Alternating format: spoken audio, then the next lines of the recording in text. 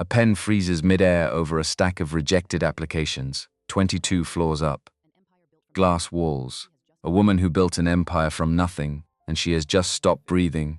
One name on a page did this to her. Her assistant doesn't understand. Nobody in this building understands. To them, it's a janitor application. Nothing more. To her, it's a face she hasn't seen in 8 years. A knock on a door at 4 in the morning. A debt she stopped believing she'd ever get to repay. "Clear my afternoon," she says. Her voice doesn't shake. It goes quiet instead, the kind of quiet that makes people move without asking why.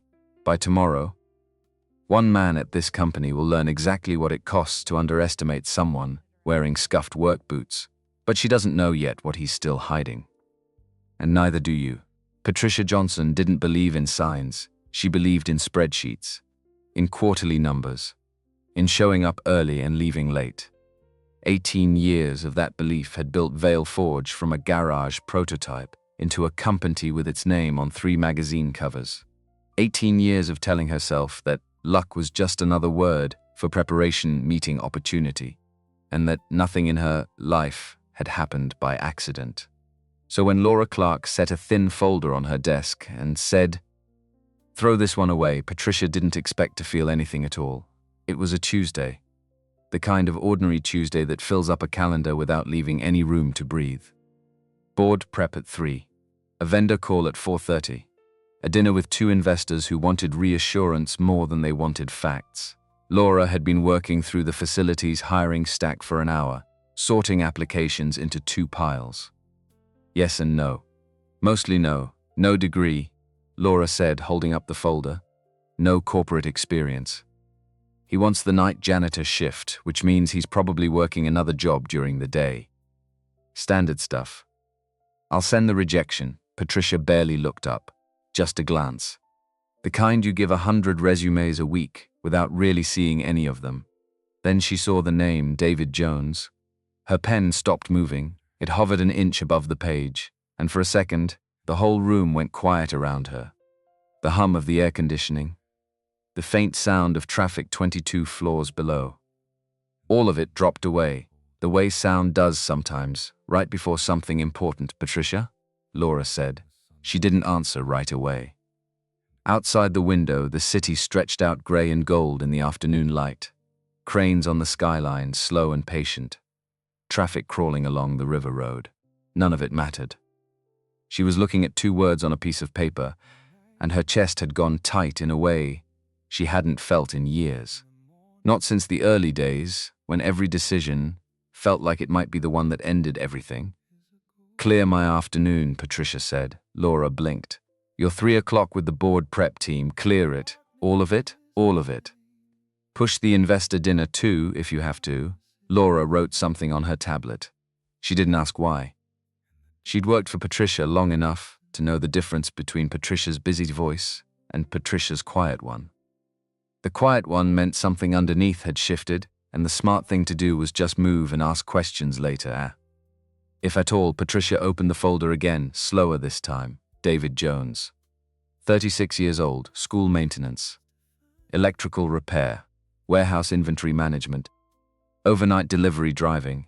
A resume most hiring managers would skim in 5 seconds and toss in the no pile without a second thought. No 4-year degree, no corporate ladder. Just a string of jobs that, taken together, told the story of a man who'd never once had the luxury of choosing work he loved over work that paid the bills. But Patricia read it 3 times. Not because it was complicated, it wasn't. It was short, plain, and honest in a way most resumes weren't. There was no padding, no inflated job titles, no bullet points dressed up to sound more impressive than the work had actually been. She kept getting stuck on one line.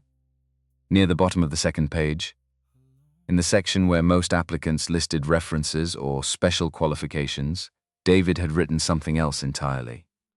"I'm available for any shift that allows me to take my daughter to school in the morning." Not highly motivated self-starter, not team player with strong communication skills. Just one sentence. It told her everything he needed and nothing he wanted in return. Patricia set the folder down and leaned back in her chair. The leather creaked the way it always did. She'd had this chair for 9 years.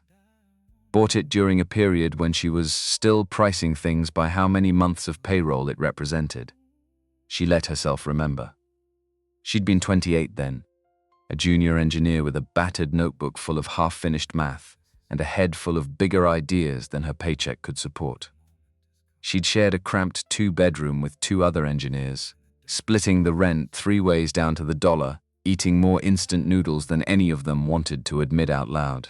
That had been the season of her life when everything rode. On one pitch meeting. The kind of season you only get once, if you're lucky, and never want to repeat.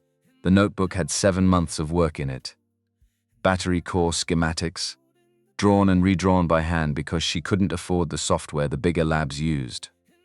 Margin notes in 3 different colors of ink. Failed calculations crossed out and reworked a dozen times. The kind of thinking that happens in a specific order, on specific nights. When your mind is moving in a direction, it can't always find its way back to. Losing the notebook wouldn't just have cost her the pitch. It would have cost her the proof that she could do this at all. That the late nights, and the noodles, and the shared apartment had been worth something. She remembered the bus ride home that night in fragments, the way memories settle into pieces when they've been stored a long time in a place you don't visit often. The hum of the engine. The fluorescent light flickering above her seat. A stranger's umbrella dripping onto the floor. She remembered standing on her own front step afterward, key already in her hand, and feeling the weight of her bag go wrong before she'd even opened it. To check. The notebook was gone. She'd torn the apartment apart that night, certain it had to be somewhere. Called the bus company twice, getting nowhere both times. Sat on the kitchen floor at midnight with her back against the cabinet, certain her future had just ended somewhere on a city bus seat between 2 strangers who'd never know what they'd missed. Then, at 3:58 in the morning, someone knocked on her door. A man she'd never met stood there, holding her bag out to her, like it was the most ordinary thing in the world. Like returning a stranger's life's work at 4 in the morning was just something a person did on a Tuesday. He said he'd found her address written on the inside cover, in pencil, faded enough that he'd had to hold it up to a streetlight to read it. Said he'd taken 2 buses to get close to her neighborhood, then walked the rest of the way because the route had stopped running for the night. She'd tried to give him money. Everything. In her wallet, which wasn't much. Maybe $40, folded and a little damp from her own hands shaking. He shook his head. It looked important, he said. I didn't want you to lose it. Then he left. No name. No number. Just a man walking back into the dark the same way he'd come.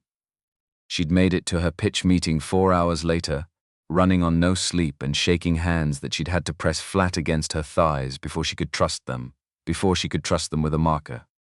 The investors said yes. All 3 of them. She built a company on that yes. And for 8 years, she'd thought about that man the way you think about something you can't quite hold on to. Present enough to ache, too incomplete to do anything with. A face in bad porch light. A voice she could still hear if she sat very still and let herself try. She'd never known his name. Hadn't thought to ask. He hadn't offered it, and at the time, in the fog of relief and exhaustion, it hadn't occurred to her that she might need it someday. A few years after the company went public, when she finally had resources to spare on something other than survival, she'd hired a private investigator. A quiet search, nothing public, nothing that would embarrass either of them if it turned up empty. It had turned up empty. No camera footage from that block, that far back. No name in any database that matched a face she could barely describe with confidence. The investigator had been kind about it, in the end, telling her some things just didn't leave a trail, and some debts stayed unpaid, not because people didn't want to pay them, but because the universe didn't always leave a forwarding address. She'd let it go, the way you let go of things you can't fix. Filed it somewhere quiet in her chest and kept building. Now she had a name. And a 2-page application for a night janitor position that someone 10 minutes ago had almost thrown away without a second look. Patricia closed the folder, slowly, like closing it too fast might lose something. Bring him in directly, she told Laura. Not through HR. Straight to me. Tomorrow morning if he can. Laura noted it on her tablet without comment, though Patricia caught the small flicker of curiosity cross her face before she suppressed it. Laura had learned, over the years, exactly when curiosity was worth indulging, and when it wasn't. This apparently was not one of those times. Not yet. David Jones arrived the next afternoon at 2:15, 5 minutes early, wearing a pressed light blue button-down that had lost its fight with the heat somewhere around the building's 3rd floor. A faint shine of sweat at his hairline. A folder of his own tucked under one arm, the kind people carried when they wanted to look prepared and weren't sure what for. His shoes were clean. The left one had a thin line of glue at the toe, where a seam had once started to separate. The repair was careful. Barely visible unless you were looking for it, Patricia noticed. She'd once owned a pair of shoes in exactly that condition. Worn them to a client meeting years ago, when every dollar still mattered enough to count twice. Told herself, at the time, that no one would notice. She'd been wrong about that, probably. People always noticed more than they said. David looked around the office once when he walked in. Not with wonder, the way most people did the first time they saw the view from the 22nd floor. With the practical attention of a man who'd spent a lot of time in a lot of buildings and automatically clocked ceiling height, vent placement, the location of the breaker panel discreetly tucked behind the reception desk. Then he looked at Patricia, and something in his expression settled into careful neutrality. I think there's a mistake, he said. I applied for facilities. Not, he gestured at the room, the glass walls, the skyline beyond them. His voice was even, not nervous, not performing for her benefit. There's no mistake, Patricia said. Sit down, he sat, rested his hands on his knees, palms down, the way a man sits when he's trying not to fidget. Waited. He didn't fill the silence with small talk. He didn't ask how her day was going, or comment on the office, or try to guess what this was about out loud. That told her something. People who'd spent a lot of time being evaluated by others learned to either over-explain everything or go completely still. David had gone still. I want to ask you about something, Patricia said. Something that happened 8 years ago. She told it plainly. She didn't dress it up the way she might have told it to a journalist, or softened it the way she'd have told it to a friend over wine. She told it the way she'd describe a business transaction, because she sensed, somehow, that was the version he'd be most comfortable receiving. The bus, the notebook, the knock on her door before 4 in the morning, the 40 damp dollars he'd refused. She watched his face while she spoke. There was a delay, a few seconds, where he was clearly pulling at something distant, turning it over to see if it matched what he was hearing, then a shift, subtle but real. He leaned back slightly in the chair, his jaw tightened, not with tension exactly, but with the particular look of a man realizing the room he'd walked into wasn't the room he thought he was entering. That was you, he said. It wasn't a question. Yes. He looked at her for a long moment, then turned his gaze to the window, to the skyline beyond it. I didn't know you'd built all this. I know you didn't. Patricia said. I tried to find you years ago. A private search. It didn't turn up anything. Then your application crossed my desk yesterday, and I had to clear my afternoon. David nodded slowly. He didn't seem overwhelmed by any of it. He seemed to be doing what she suspected he usually did, with unexpected information, turning it over carefully, checking its weight from a few different angles, deciding what it actually meant before he let himself react. I appreciate that you remembered, he said.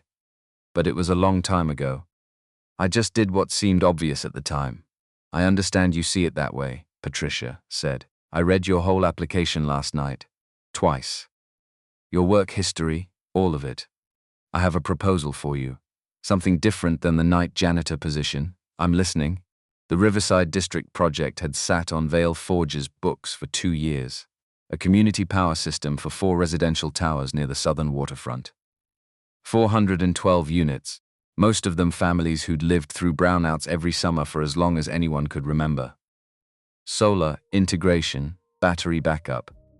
Grid independence, independence for people who'd never once had the luxury of taking electricity for granted.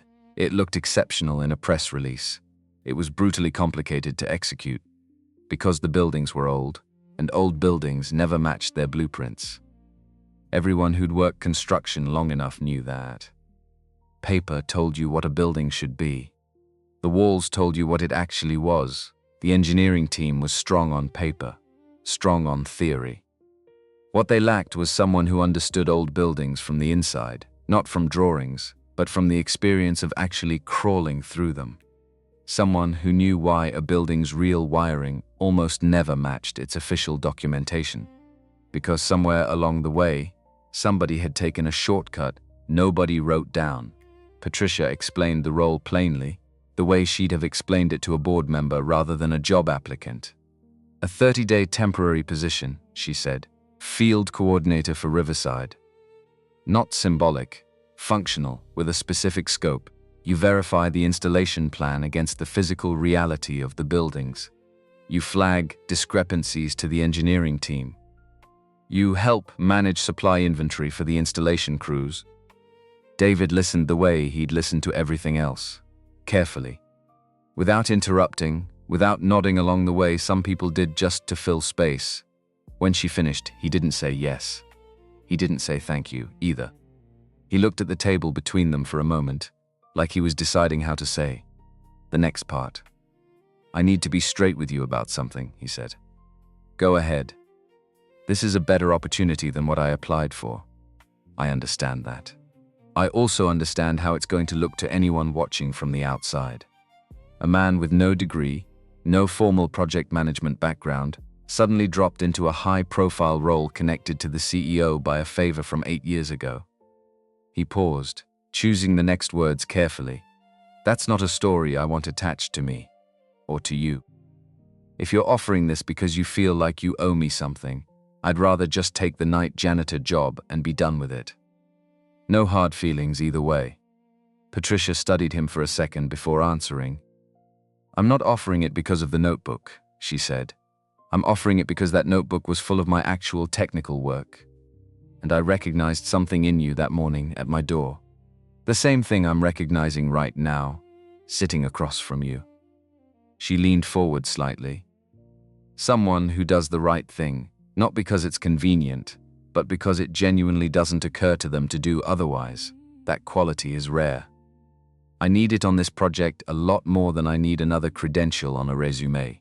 He was quiet for a moment, considering. Then he asked for 3 things, laying them out one at a time, like items on a checklist he'd already worked out in his head before walking in. First, the story of how we know each other doesn't go into any company communication.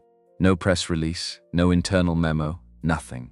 I don't want this job, or the story behind it. Agreed. Second, my pay reflects the actual scope of the work, not inflated as some kind of gesture. Not reduced to make it look more modest than it is. Just fair, for the work itself. Agreed. Third, if after 30 days it's clear I'm not adding real value, I leave. No argument, no hard feelings, no expectation of anything more from you. Agreed, Patricia said. All 3, exactly as you've stated them. No negotiation needed. David looked at her for a long moment.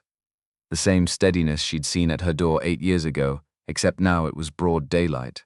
And the room behind her had a view of the entire city instead of a dark, empty street. I'll take it, he said. They shook hands across the desk. His grip was firm, without making anything of it, not the kind of handshake meant to prove something, just the ordinary kind 2 people use to close a deal. After he left, Laura appeared in the doorway, tablet in hand. Should I notify HR? She asked. Yes. Patricia paused, thinking. And pull every floor plan and infrastructure document we have on the Riverside buildings. Every single one. I think what we're working from might be incomplete. How do you know that? Patricia looked at the door David had just walked through, still slightly ajar, because the good ones always find what everyone else missed, she said. That's usually the whole point of them. Laura wrote it down without further questions. Though Patricia could tell she was filing the moment away as something to think about later. when there was time to think about anything other than the next item on the calendar. That evening, David sat at the kitchen table with Amy, working through a worksheet on fractions. Their apartment was small. 2 bedrooms, a kitchen that doubled as a dining room when the table got pushed against the wall, a window unit that worked harder than it should have to by late summer. The walls were a soft, faded yellow that had probably been brighter once before 2 previous tenants had lived there and stopped noticing the color at all. Amy chewed the end of her pencil, frowning at a problem involving 2/3 of a pizza, her tongue poking slightly out of the corner of her mouth the way it did when a problem refused to make sense on the first try. If 3 people split a pizza, she said slowly, reading the problem aloud the way her teacher had taught her, and one person eats 2 slices, and the pizza has 8 slices total.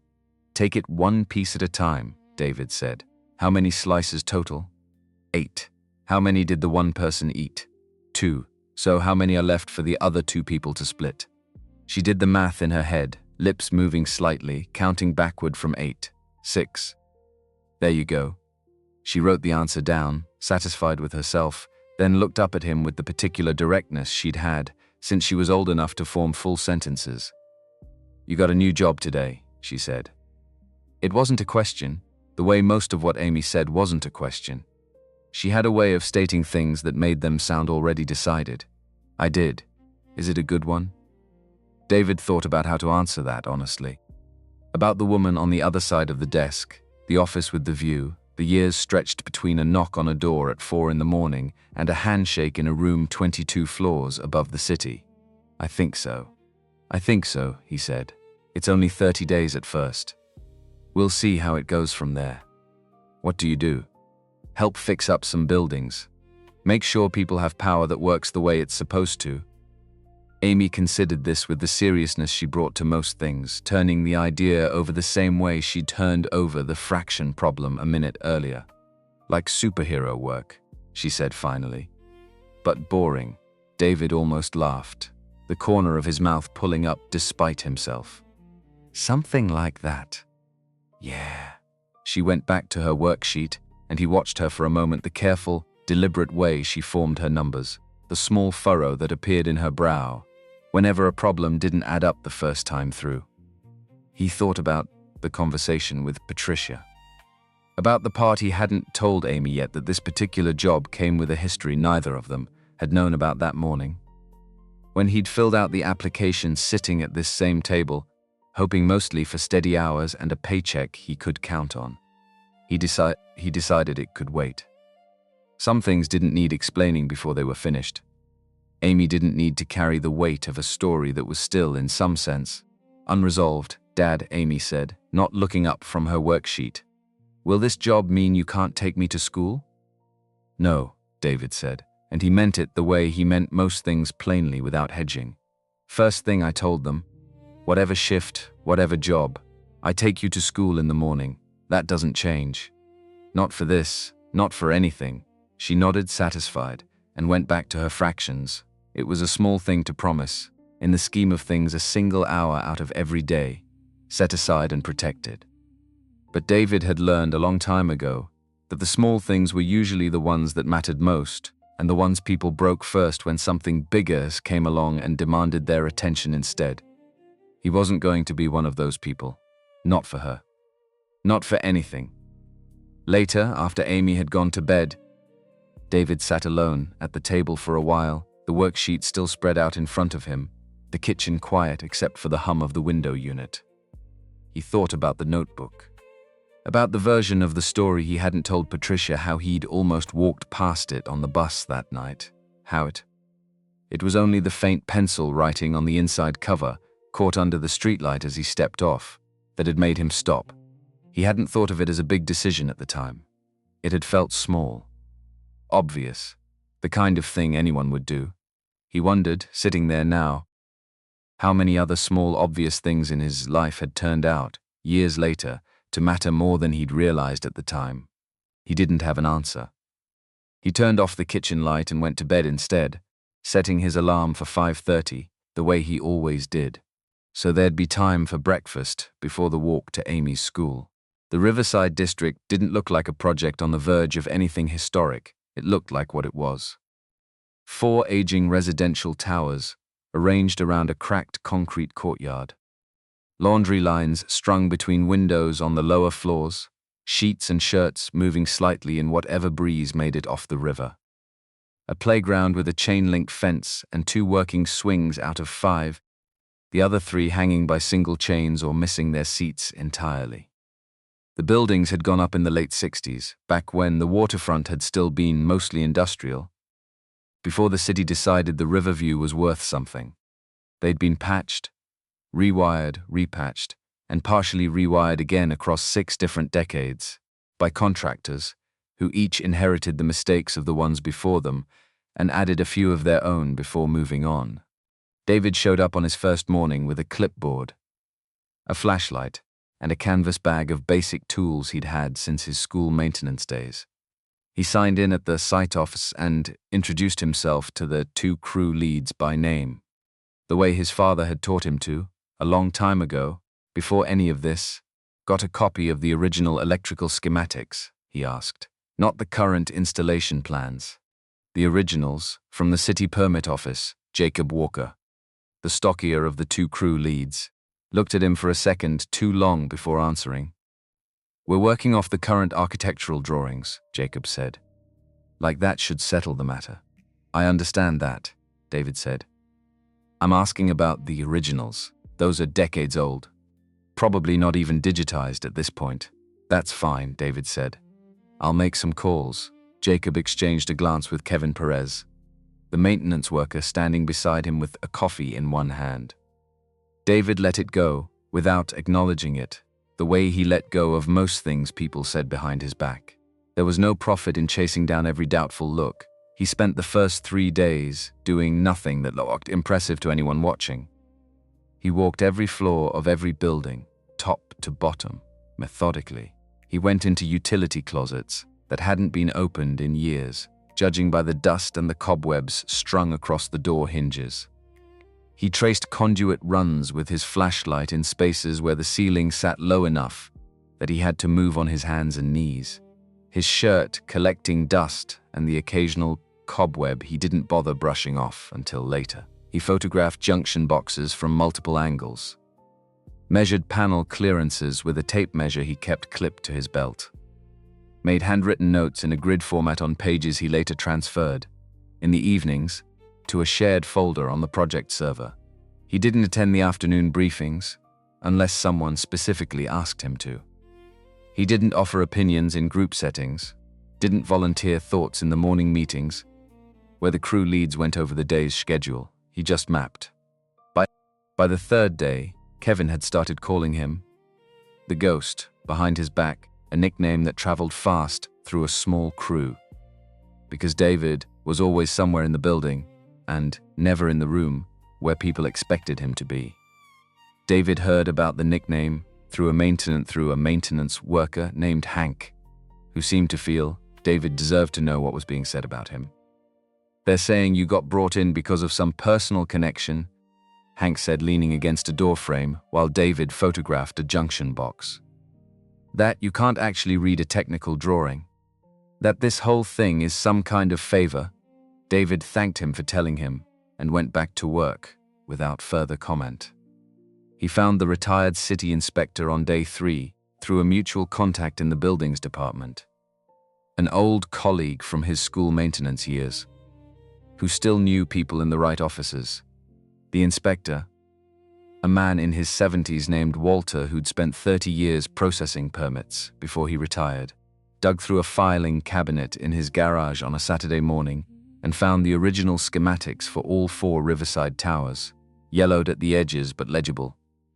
Nobody's asked for these in 15 years, Walter said, handing over a thick folder tied with string. Most people just trust the new drawings, easier that way. The new drawings are wrong, David said. Probably, Walter agreed, with the easy certainty of a man who'd seen it 100 times before. Old buildings lie. Every single one of them, eventually. David thanked him, drove back to the site, and spent the rest of the afternoon comparing the original schematics against what he'd already mapped by hand over the previous 3 days. By the time the sun went down, casting long shadows across the courtyard, he had a list of 7 discrepancies between what the city permit records showed and what the current Vale Forge installation plan assumed about the buildings. Most were minor. Cosmetic. The kind of thing that happened naturally when a building changed hands 6 times over 50 years, each new owner making small changes nobody bothered to document properly. One was not minor. The Vale Forge installation plan called for the main battery distribution node to connect to a primary's trunk line on the east side of Tower 3's basement. According to the plan, that trunk line ran at the correct wire gauge for the load it would eventually carry. Once the full system came online, David got down into the basement on the 4th day with a wire stripper and a clamp meter to check it himself, the way he checked everything, rather than trusting a drawing that had already proven unreliable 7 times over. What he found didn't match the plan. The trunk line had been spliced twice somewhere along its length. The middle section ran at a noticeably lighter gauge than the rest, thinner wire than the projected load actually required, buried inside the wall where nobody would see it, unless they went looking with the right tools and the right suspicion. Somewhere along the way, years or decades earlier, a contractor had run out of the correct wire mid-job, used what was available in the truck instead, and never told anyone. The kind of decision that probably felt harmless at the time. The kind that stayed hidden inside a wall for years, waiting. If the system loaded at full capacity, that splice would run hot. Not right away, maybe not for weeks or even months. But eventually, under enough sustained draw, it would. David photographed the splice from 3 different angles, making sure the lighting was good enough to show the gauge difference clearly. He measured the wire with the clamp meter and wrote down the readings in his notebook, the numbers precise and undeniable. He pulled the original city schematic and laid it next to his notes, so the comparison would be obvious to anyone who looked. Then he wrote it up. Clean and factual, the way he wrote everything. No speculation, no drama, no language designed to alarm anyone. Just what the wire was, what it should have been according to the load specifications, and what would likely happen under sustained capacity over time.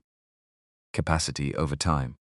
He submitted it through the project server that evening and went back upstairs to finish his rounds before heading home.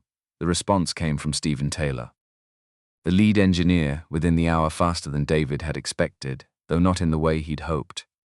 Stephen wrote that the gauge difference fell within acceptable tolerance for the projected load, that the installation plan would proceed as designed, with no changes necessary. He copied Charles Martinez, the company's CFO, on the reply, a detail David noted without yet understanding its full significance.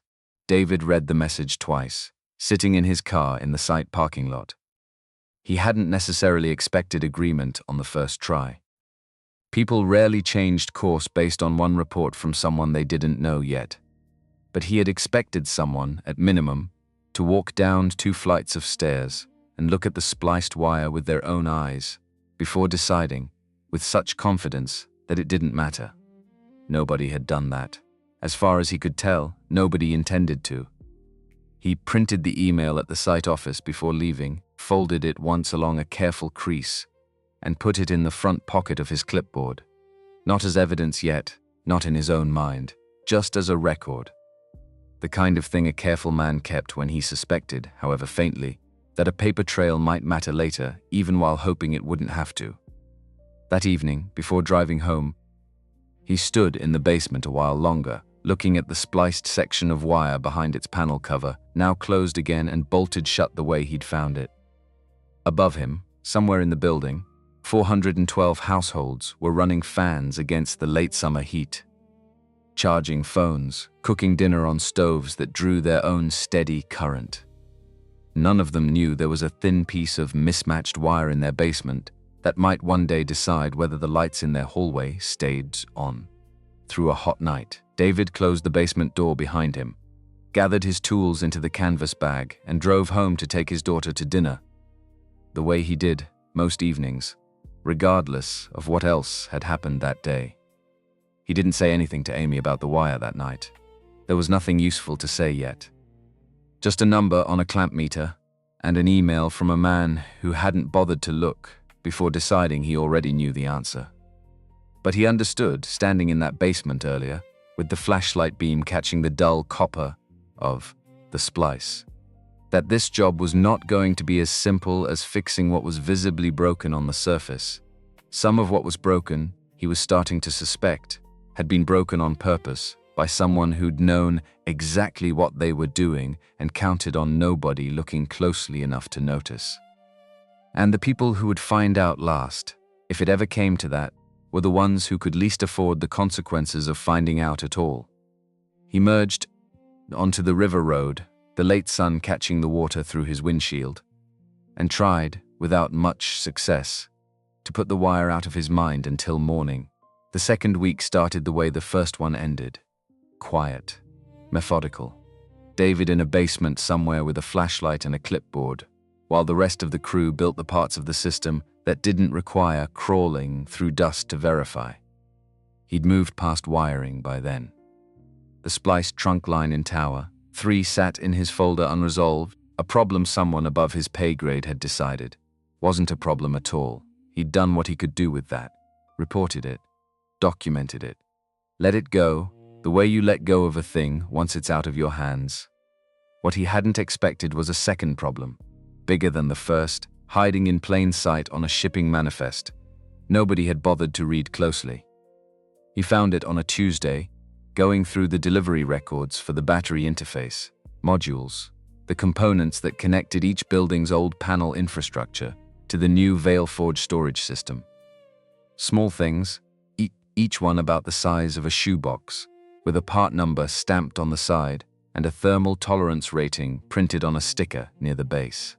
David had pulled 3 of them at random from the storage racks in Tower 1's basement, just to confirm the installation crew had wired them correctly. Routine check. The kind of thing that usually turned up nothing. This time it turned up something. The spec sheet for the project called for a specific thermal tolerance rating on every module installed in Tower 1. Because that basement ran warmer than the others. The boiler system sat against the east wall, and even with ventilation, the ambient temperature down there climbed higher in summer than anywhere else in the 4 buildings.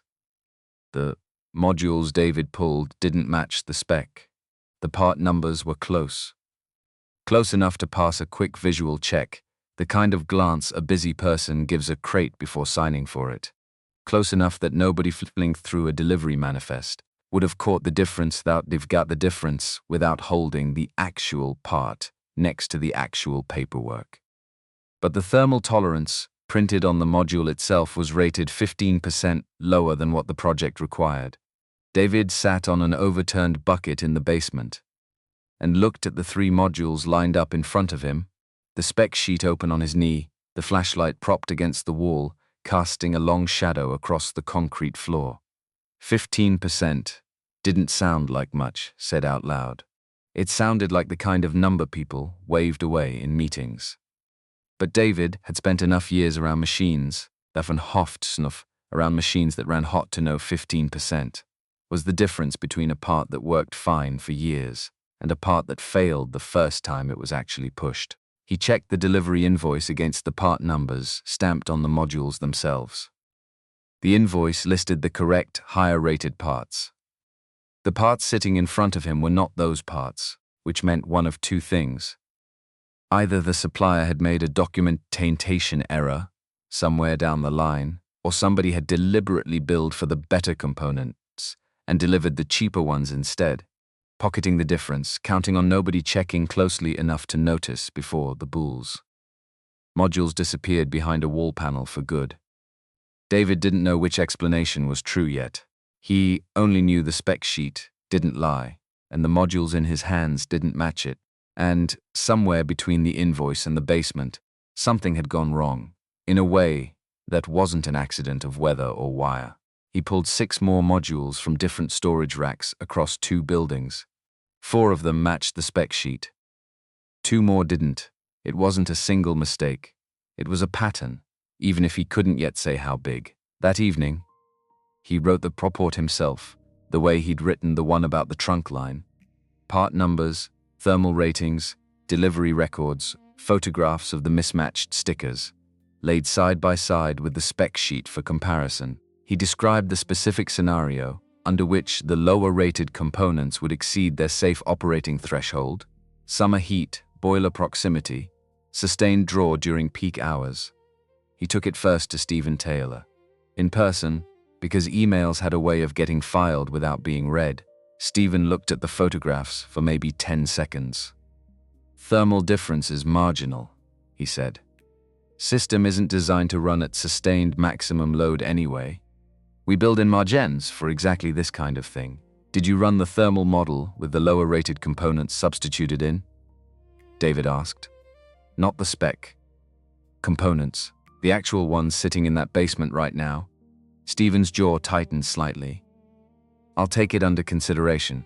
His tone made it clear without saying so directly that he wouldn't. David had heard that tone before, from supervisors who'd rather close a question than answer it.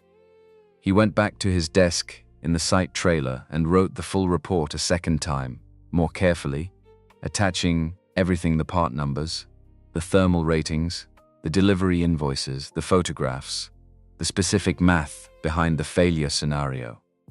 He submitted it through the project server, and then, because he'd learned something from the trunk line going nowhere, he sent a separate copy directly to Patricia.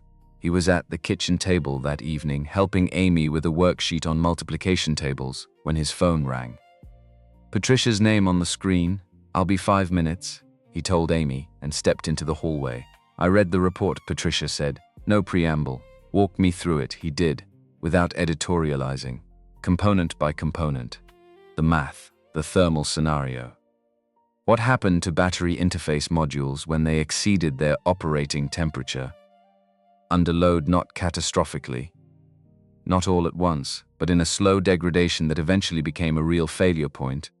"It'll probably work fine the day of the launch," he told her. "It probably won't work fine. 6 weeks later, once summer really sets in and the boiler's running alongside the new system at peak draw." Patricia was quiet for a moment on the other end of the line. "What do you think I should do?" she asked. "That's not my decision to make," David said. "I told you what I found. I documented it as completely as I could. What happens with the information is above my level." "I know," Patricia said. "I'm asking anyway." He thought about it for a second. "Delay the launch. Have the components inspected by an independent engineer, not anyone already on this project, and look carefully at how the substitution happened, because it doesn't look accidental to me. Not when it's only some of the modules, and only the more expensive ones." After the call ended, he went back to the kitchen. Fig.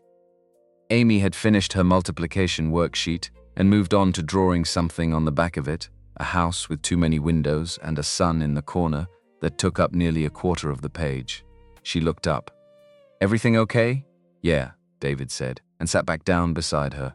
Everything was not okay, but it wasn't a lie, exactly. It was just a thing he wasn't ready to explain yet. Not until he understood it better himself. The rumors started faster than David had expected, though not faster than he'd quietly prepared for. He'd known, somewhere in the back of his mind, that a man with no degree asking pointed questions about expensive components was going to make some people uncomfortable, and uncomfortable people talked. He heard the first version from Hank, who seemed to feel David deserved a warning. "They're saying the new guy's trying to justify his job by manufacturing problems," Hank said, leaning against the doorway of the site trailer. "That you got dropped in here because of some personal connection to the CEO, and now you're trying to make yourself look indispensable by finding things that aren't really there." David thanked him and went back to work. There wasn't much else to do with the rumor except let it run its course, or prove it wrong with facts, and he'd already chosen the second option. The version that reached Charles Martinez was sharper, the way rumors always sharpened on their way up, a chain of command, each retelling, losing a little nuance and gaining a little edge. Charles showed up at the site on a Wednesday afternoon, a fact that surprised the crew, because the CFO had never visited the Riverside location in person before. He arrived in a charcoal grey suit that looked wrong against the cracked concrete and the chain-link fence, his black Oxford shoes picking carefully around puddles, left over from a brief morning shower. He found David in the basement of Tower 2, cross-referencing a hand-drawn panel map against the original city permit documents.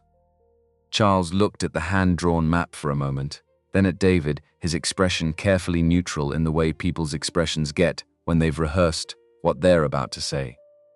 "I want to be direct," Charles said. "I appreciate that," David said, setting down the permit document. "I'm sure you understand this project carries significant visibility for Vale Forge. The board has tied a portion of the next funding round to an on-schedule launch. Anything causing timeline disruption has consequences that go beyond this project alone. I understand the pressure you're describing," David said. "I'm not questioning your intentions," Charles continued. "I'm questioning whether the role you've been placed in is the right fit for the current moment." David was quiet for a second, weighing how to respond. He decided on the simplest version of the truth. "I found 2 separate issues in 2 weeks that weren't in the installation plan," he said. "I documented both through proper channels. The engineering team closed both as non-issues without a physical inspection of either one."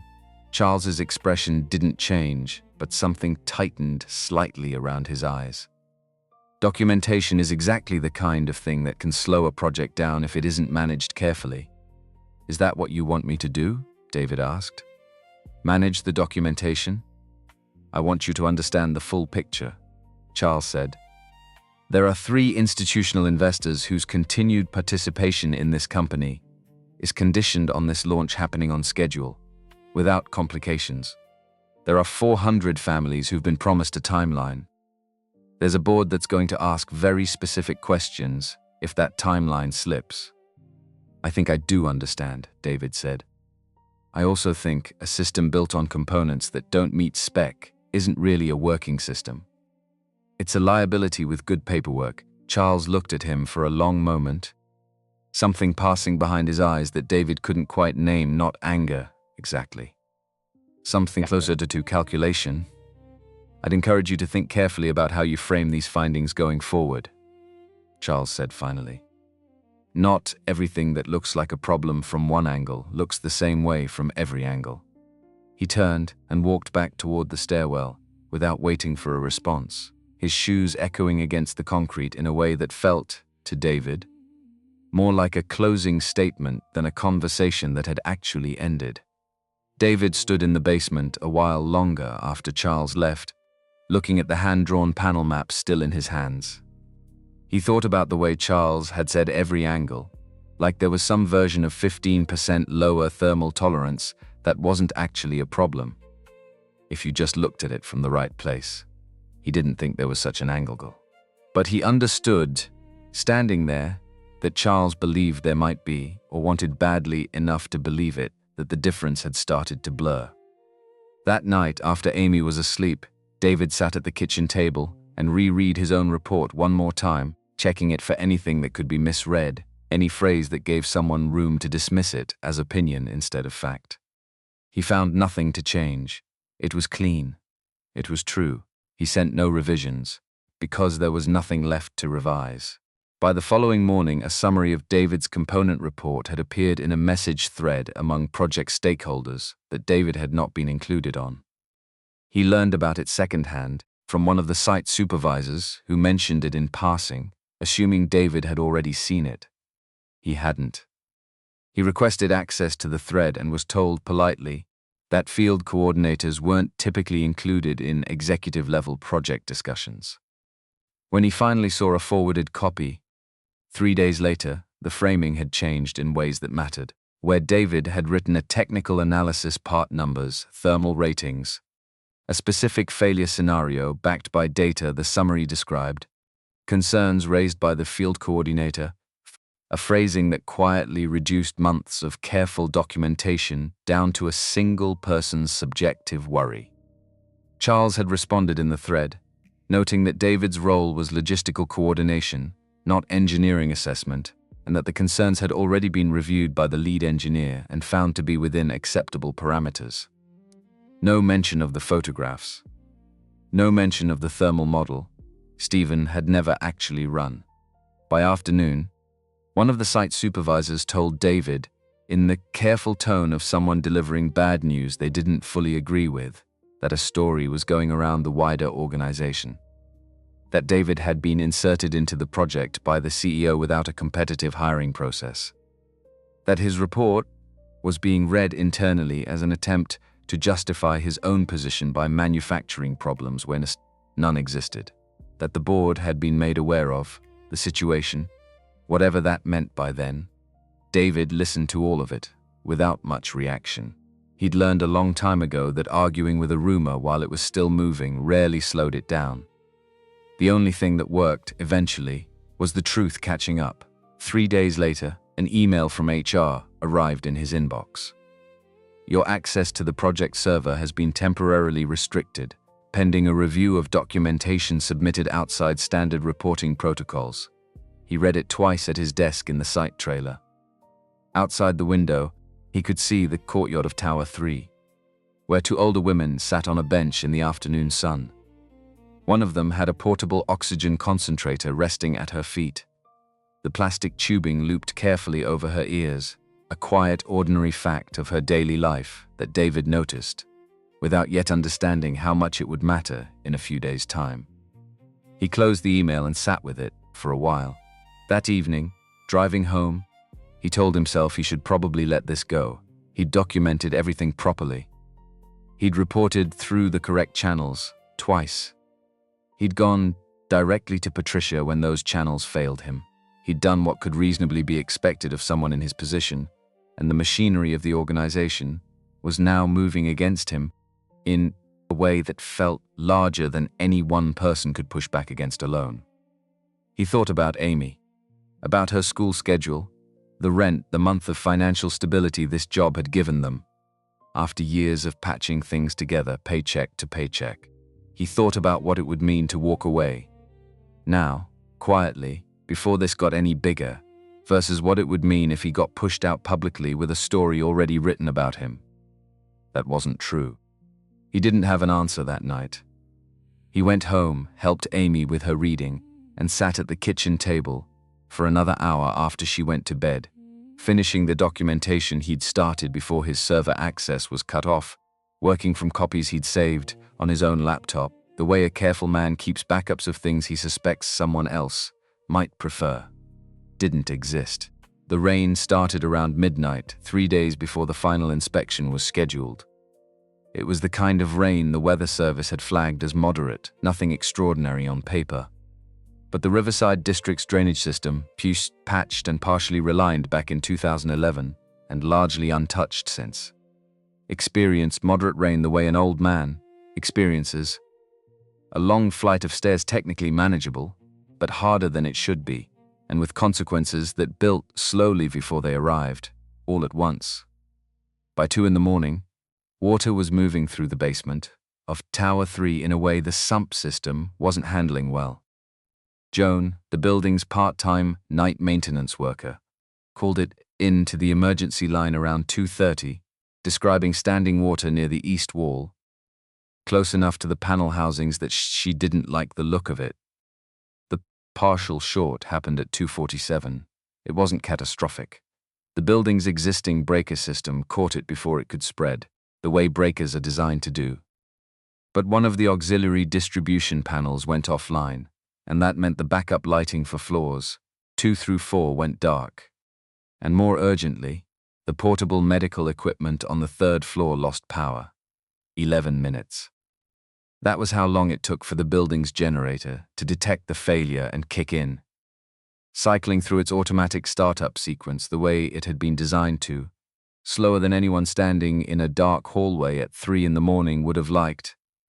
11 minutes was the length of time Mr. Whitman, 81 years old, 3rd floor, east wing, went without power to his oxygen concentrator. His daughter, Karen, who stayed over most nights since his diagnosis the previous winter, was the one who noticed first the soft mechanical hum she'd long since stopped consciously hearing suddenly absent from the room, replaced by a silence that woke her faster than any alarm could have. She found her father awake, breathing on his own, frightened in the particular way frightened looks on an elderly man, trying not to show it for his daughter's sake. She called 911 at 2:51, her hands shaking too hard to dial smoothly the first time. By the time the ambulance arrived 8 minutes later, navigating dark stairwells with flashlights because the elevator was down along with everything else. On the auxiliary circuit, the generator had already kicked the lights and the concentrator back on. Mr. Whitman was breathing steadily, his oxygen levels back in a safe range according to the small tourniquet clipped to his finger. The paramedics checked him anyway. Thoroughly, the way they were trained to, while Karen stood in the doorway, with her arms wrapped around herself, watching, her relief tangled up with a fear that hadn't quite finished arriving yet. It wasn't a tragedy. Nobody died. Nobody, in the end, was seriously hurt. But it was close enough to one that nobody in that building, or in the company building this system, would be able to pretend afterward that 15% didn't matter. David heard about it at 6 in the morning from Donna Jackson, who managed community operations for the Riverside buildings and had had his number since the second week when he'd helped her track down a missing equipment delivery for one of the elevators. Donna's voice on the phone was flat with exhaustion. "Residents are shaken," she said. "Building managers fielding complaints. And the site crews already pointing at your access to the old panels 2 weeks ago as a possible contributing factor." "I documented that visit," David said, photographing grounding connections. "It's in the report that got pulled from the active folder," I figured, Donna said. "Doesn't mean it won't get said anyway." By 8 that morning, Charles had sent a formal request to Patricia asking that David be removed from the project pending a full investigation. David read the forwarded copy of that email standing in his kitchen, coffee going cold on the counter beside him, Amy still asleep down the hall, unaware yet of anything that had happened during the night. He thought about Mr. Whitman.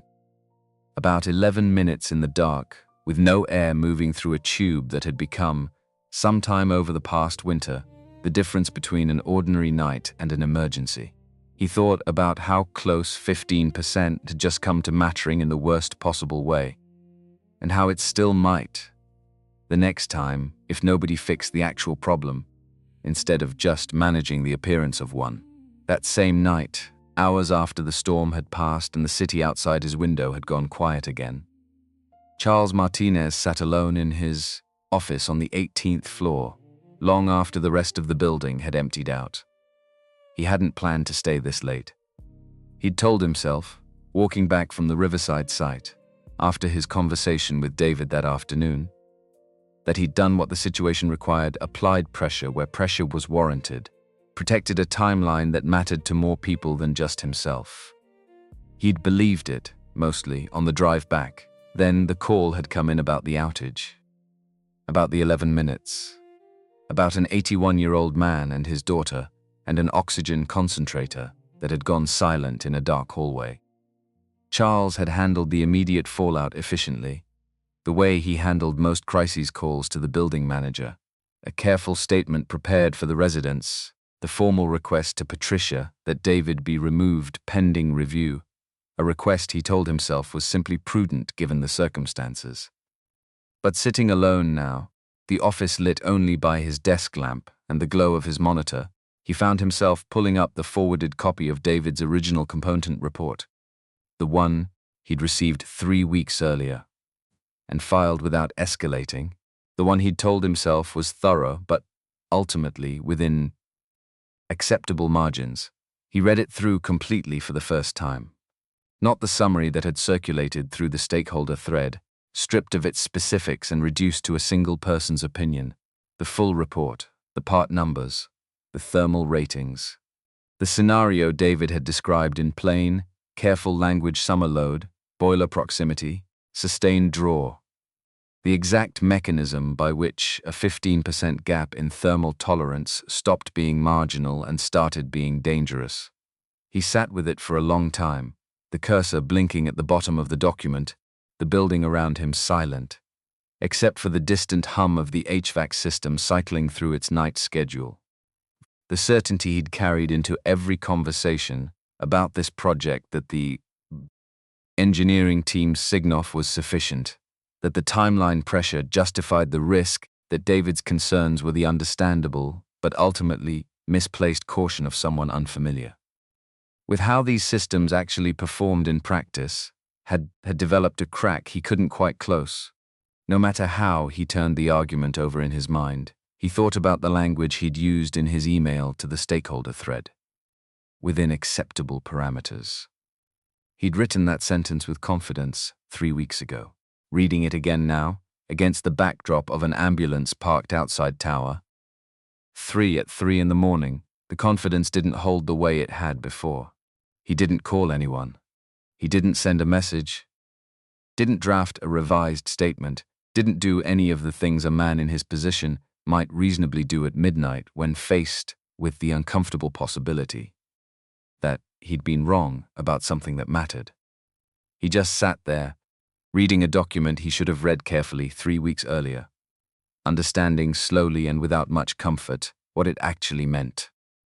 Not for the project, not for the company's timeline or the next funding round, for an 81-year-old man who'd spent 11 minutes in the dark because somebody, somewhere along a chain of decisions Charles himself had been part of, had decided that 15% wasn't worth slowing anything down to check. He turned off his monitor sometime after 1 in the morning and sat in the dark, a while longer before finally gathering his things to leave, the request he'd sent to Patricia that morning, still sitting unretracted in her inbox.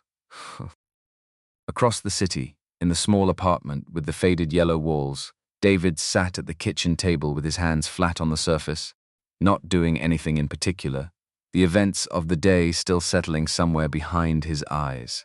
He hadn't told Amy yet about the request for his removal. He hadn't decided how or whether to explain any of it in a way an 8-year-old could carry, without it becoming a weight she shouldn't have to hold. She found him there anyway, the way she usually found the things he hadn't planned on telling her. She climbed into the chair across from him, the careful, deliberate climb she used when she'd decided something needed to be said, and looked at him with the directness that had always made him feel, somehow, more honest than he might have been on his own. "Did you tell the truth about the buildings?" she asked. "Yes," David said. She thought about this with the particular seriousness 8-year-olds brought to questions they'd been turning over for a while without saying anything out loud. "Then, you haven't lost yet," she said finally, with the simple certainty of someone who hadn't yet learned that the world didn't always work that cleanly. David looked at his daughter across the kitchen table for a long moment. He thought about the oxygen concentrator on the courtyard bench he'd noticed weeks earlier. The woman who carried it like it was nothing unusual, because for her, it wasn't. He thought about a document saved on his own laptop that nobody official had asked him to delete yet, because nobody had thought to look for it there. He opened his laptop, the screen lighting up the small kitchen, and got back to work. There was still time, he told himself. Even if he wasn't entirely sure how much. And as long as there was time, there was still something he could do with it. David was up before the alarm. He lay there a minute, listening to the buildings settle around him. The pipes ticking somewhere behind the wall the way they did every morning around 5:30. Then he got up, made coffee, and started getting Amy ready for school before either of them had fully woken up. She noticed something was different. She always did. "You're quiet," she said, "over cereal." "Got a lot on my mind," David said. "Good kind or bad kind?" He thought about that. "Don't know yet. Should know by tonight." She accepted that answer the way she accepted most things he told her honestly, without pushing for more than he was ready to give. He walked her to school the way he did every morning, waited until she was through the doors, then drove straight to Riverside instead of going home first. The board meeting was at 9.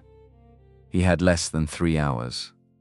He signed in at the site gate using his contractor badge, which hadn't yet been formally deactivated because the removal request was still sitting somewhere in HR's queue, unprocessed, caught in the same slow machinery that had stalled most things over the past week.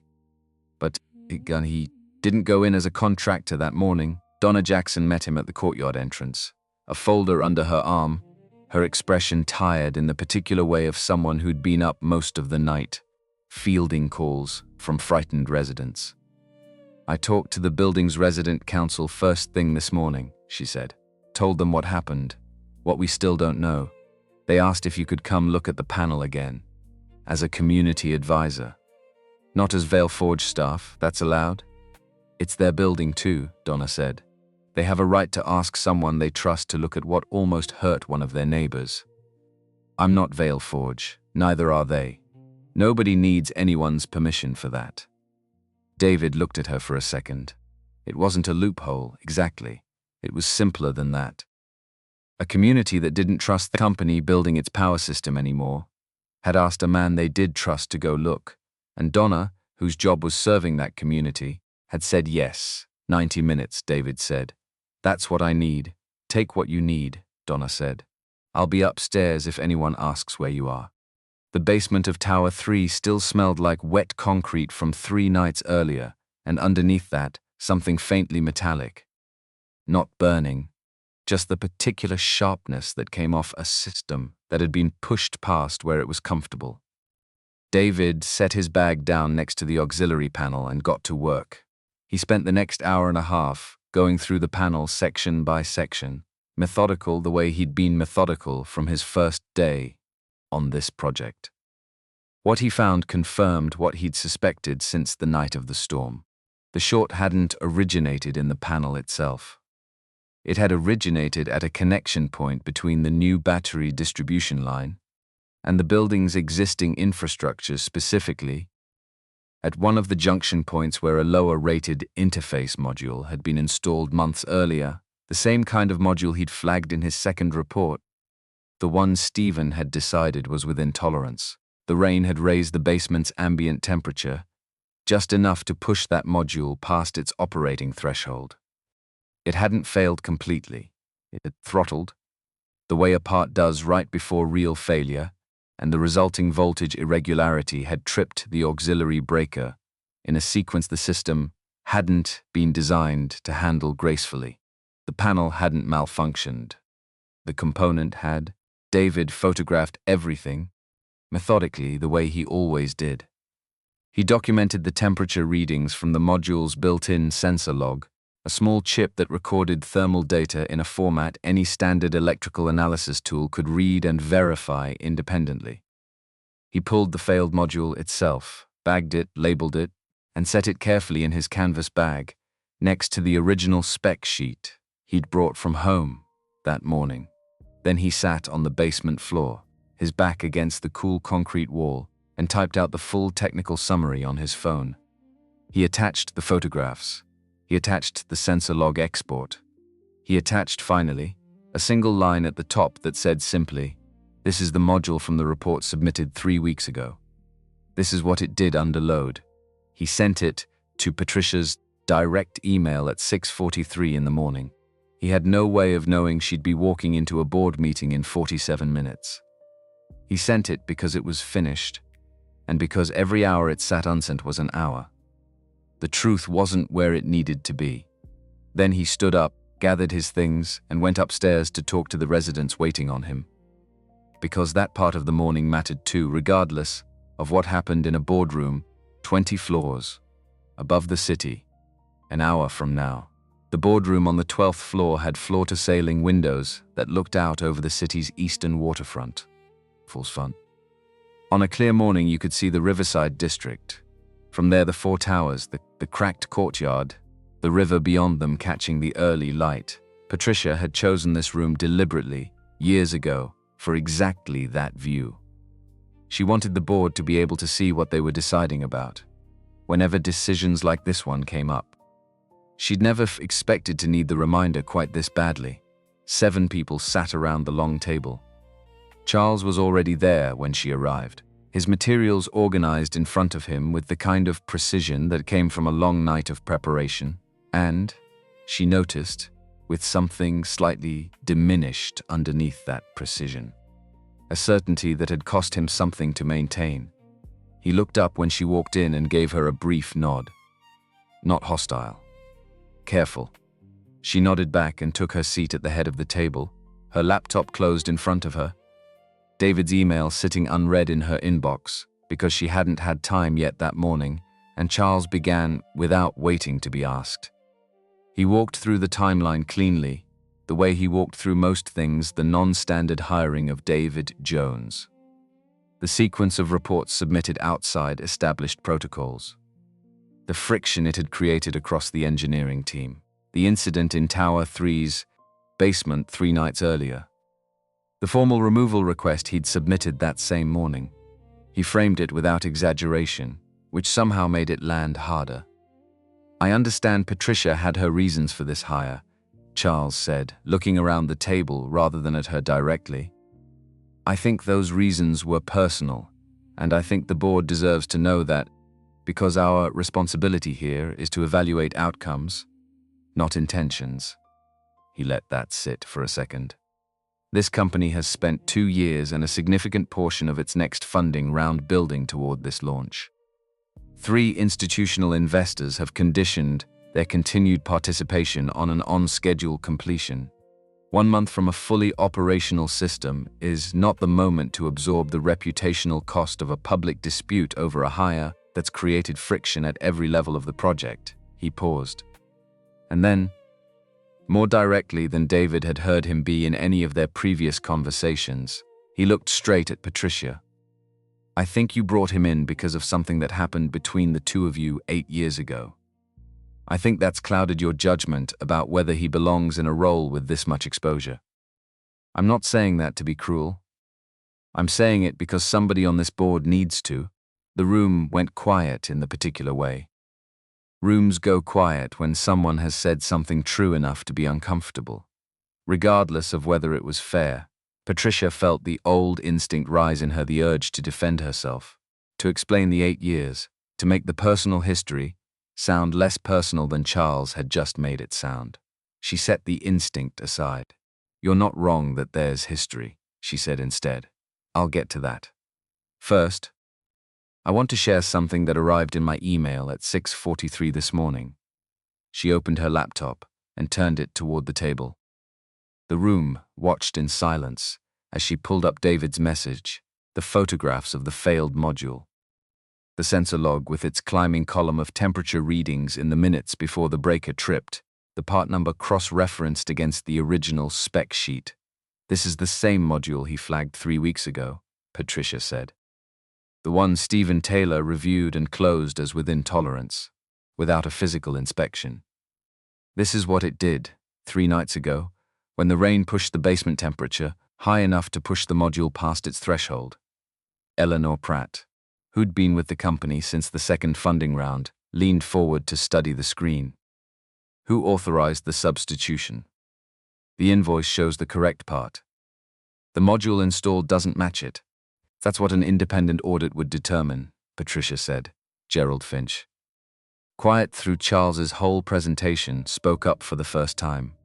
"How long has this discrepancy been documented internally?" 3 weeks, Patricia said. David Jones submitted his initial report through the project server. The report was reclassified as a logistical concern rather than an engineering issue, and his server access was restricted before anyone at the executive level reviewed the full documentation. "Who authorized the access restriction?" Gerald asked. Patricia didn't answer right away. She looked at Charles. Now Charles was looking at the laptop screen, at the sensor log, specifically at the column of climbing temperature readings in the minutes before the failure. He had the expression of a man who'd already done this arithmetic alone, at midnight in an empty office, and was now watching it confirmed in front of 7 people whose opinion of him mattered. "The audit should be independent," he said without looking up. "The documentation needs to go to an outside firm, not anyone currently attached to this project." Eleanor said that was what Patricia had just proposed. "I know," Charles said. "I'm agreeing with it." He looked up then at the table and said something none of them had expected from him. "My concern throughout this process has been timeline and funding stability. I weighted those factors in a way that led me to discount technical flags that warranted closer attention. I'm not in a position to determine whether the component substitution was the contractor's error or something deliberate. But that question needs an answer before any system in those buildings goes live. He said it plainly, without apology, without theater. Then he stopped talking. Gerald nodded once and wrote something down. Eleanor looked at Patricia, waiting. Patricia turned back to the board. I'm proposing 3 things, she said. An independent engineering audit of every installed component across all 4 towers. A formal suspension of the contractor pending the audit's findings. A revised launch timeline, to be determined once the audit is complete. Eleanor asked what she intended to do about David Jones. I intend to offer him a permanent position, Patricia said. Field safety lead for Vale Forge's residential projects division, with final sign-off authority on component verification for any installation in occupied residential buildings. Gerald asked if she was concerned about how that decision would look, given the circumstances Charles the Bello family. Given the circumstances Charles had just laid out, I'm more concerned about what happens the next time a lower-rated component gets installed in a building where someone's keeping themselves alive with medical equipment, Patricia said. I think the optics will sort themselves out once people understand why. No one said anything to that. The vote to proceed with the audit passed 6-1. The dissenting vote was Gerald's, not because he opposed the audit, but because he wanted the scope expanded to include the project's procurement and server records from the past 6 weeks, not just the 4 towers. Granted, Patricia said. Whatever it takes to know how this happened. The audit took 11 days. The independent firm, a structural and electrical engineering group with no prior relationship to Vale Forge, started with the physical components and worked backward through the paperwork. By the 3rd day, they'd already found a pattern that went beyond the handful of modules David had personally pulled, 17 component substitutions across all 4 towers, all following the same shape, correct part numbers on the invoices. Lower specification parts actually installed. The pattern was consistent enough and deliberate enough in its concealment that the auditors flagged it not as supplier error, but as likely procurement fraud. The contractor's project manager, a man who'd overseen the installation crews from the beginning, was suspended pending legal review once the pattern came to light. 2 employees at the supplier company were placed on administrative leave while their invoicing records were examined by the auditors, and, eventually, by outside counsel. Stephen Taylor's role in the matter received its own section in the final report. The audit noted that he had twice dismissed David's documented concerns without conducting a physical inspection of either flagged issue, and that his sign-offs had been cited internally as justification for overriding those concerns at the time they were raised.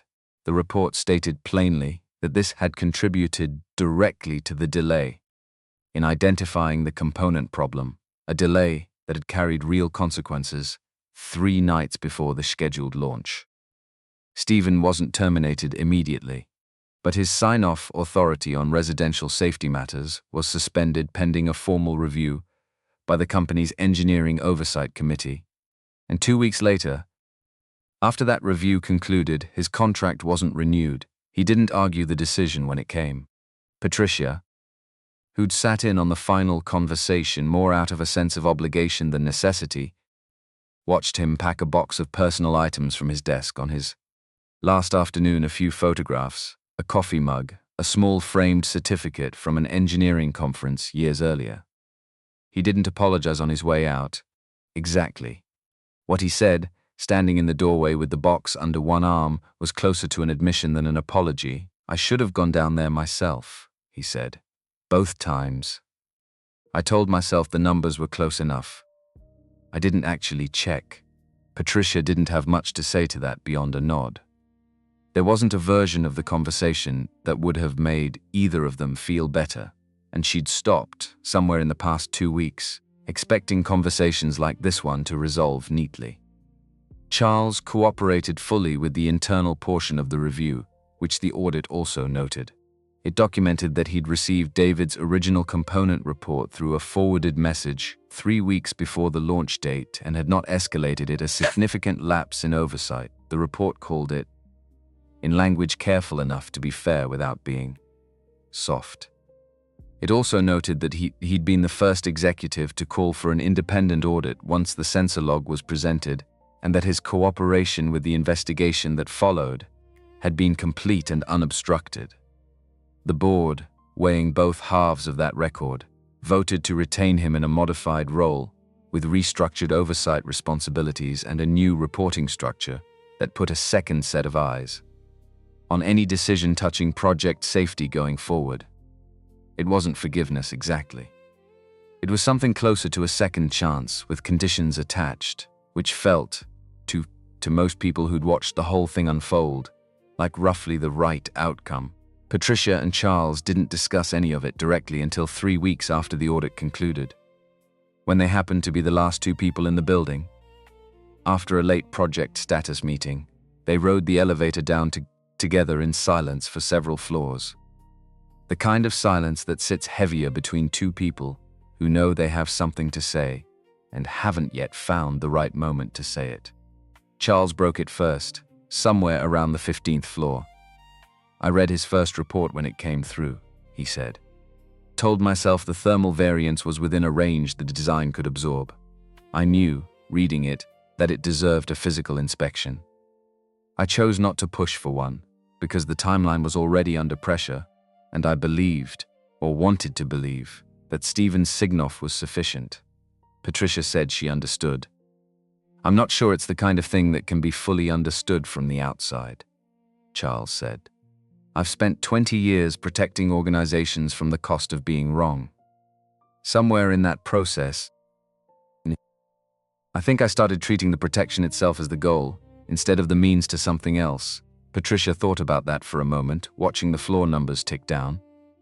"I built a company on a foundation I didn't fully acknowledge for 8 years, she said, "because I didn't want to need the acknowledgement. I understand more than you might think about choosing convenient certainty over a harder truth."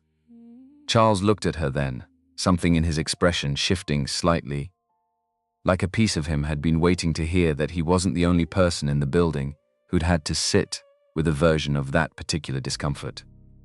The elevator reached the lobby. The doors opened. They walked out together into the quiet of the building's main floor and went their separate ways without saying much more. It wasn't a resolution exactly. It was closer to two people agreeing, without quite saying so out loud, that the version of themselves who'd made those earlier choices wasn't necessarily the version either of them wanted to keep being. The system came online on a Tuesday afternoon in early October, nearly 3 months after the original launch date. There was no stage, no press riser, no catered reception in the courtyard with company banners strung between the laundry lines. Vale Forge's communications team had offered all of it, eager to turn the delay into a redemption story with good lighting. Patricia had declined every part of it. The people who live in these buildings don't need to watch a company celebrate doing something it should have done correctly.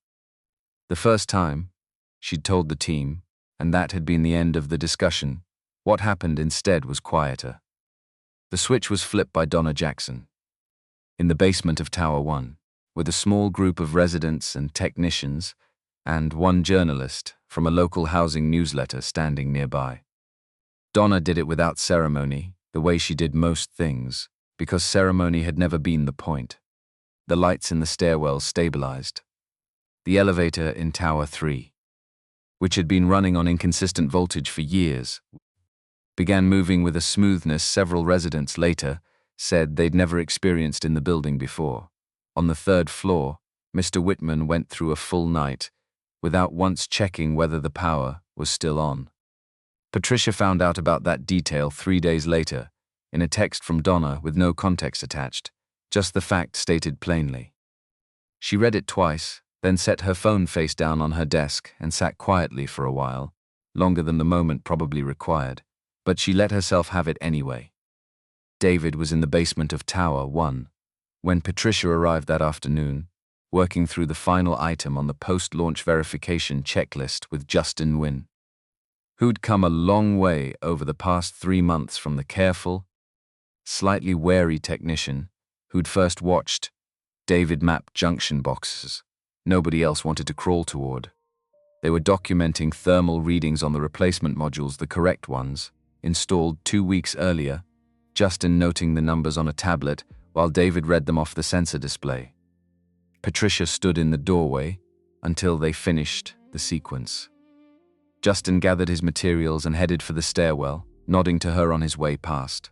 David set down the sensor probe and looked at her. "Numbers look good," she said. "They do," he said. "Basement's running 2 degrees cooler than projected. Facilities adjusted the boiler room exhaust ventilation a few weeks back. Worth watching through winter, see if the difference holds. I'll make sure it's on the schedule."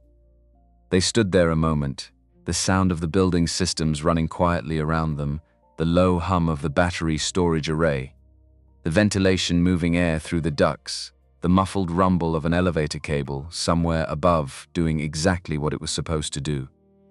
"I owe you something," Patricia said. "I haven't said it directly." "You don't owe me anything," David said. "I know you believe that. I'm going to say it anyway." She paused, choosing the words carefully. 8 years ago, you gave me back something that made everything I've built possible. I spent a long time telling myself the debt was between me and the universe, rather than me and a specific person, because that felt easier to carry. She looked at him directly. "What you did on this project wasn't the same kind of thing. It wasn't a favor. It was work, and it was the right call, and I'd be wrong to frame it as anything else. But I think the same quality in you made both things happen. The walk across the city in the middle of the night. The report you sent at 6:43 in the morning, knowing it might end your position here. I wanted you to know I see that clearly, and I'm not going to pretend otherwise." David looked at the floor for a moment, then back up at her. "I appreciate that," he said. "I've spent the last several years trying to make sure my daughter understands that doing the right thing isn't the same as doing the easy thing. I've spent a lot of that time hoping I was giving her an example worth following, instead of just a principle worth saying out loud." He paused. "This project's the first time in a long while I felt certain I'd actually shown her that, instead of just telling her." Patricia nodded. From the stairwell above came the sound of footsteps, small, quick ones that didn't match the measured pace of any of the technicians still on site. Then Amy appeared in the basement doorway, backpack still on, holding a strip of adhesive labels she'd apparently gotten from somewhere in the site office upstairs. She was 9 now, had been for 6 weeks, and she carried the same quality of stillness her father did. Except in her it sat alongside a directness that occasionally caught adults off guard. She looked around the basement with the assessing attention David recognized as entirely her own, then held up the labels. "Can I mark the ones that have been checked?" Justin, who'd apparently escorted her down, appeared behind her in the doorway with the expression of a man who'd been unable to say no to a 9-year-old real estate plan. Now, David showed her the lower row of components. "You can mark those." She set to work with the focused efficiency of someone who'd been waiting all day for a task that actually matched her capabilities, pressing each label on carefully, checking it was straight, moving to the next. Patricia watched her for a moment, then looked back at David. He was watching his daughter, his expression the same one Patricia had first seen across her desk weeks earlier, steady, without performance. But underneath it now, something she recognized as the particular satisfaction of a person who'd been tested by something real and hadn't looked away from it. The building hummed around them, carrying 412 households through an ordinary Tuesday evening. Lights on, elevators running, the river outside catching the last of the October light through the small basement window. It was exactly what it was supposed to be, finally, after everything it had taken to get there. David Jones had walked into that building 3 months earlier to return something that didn't belong to him. He'd walked into it again, this time not with a lost bag, but with the same thing he'd always carried, the simple, unshakable belief that the right thing was worth doing, even when no one was asking him to. even when doing it cost him something real along the way. He didn't have a degree. He didn't have a title that matched the work he'd actually done here. What he had was the ability to look at a building full of people who'd been told to trust systems they couldn't see, and to care enough about that trust to protect it, even when protecting it cost him something. That's not a quality that shows up on a resume, but it's the kind of quality that keeps the lights on for the people who need them to stay on the most.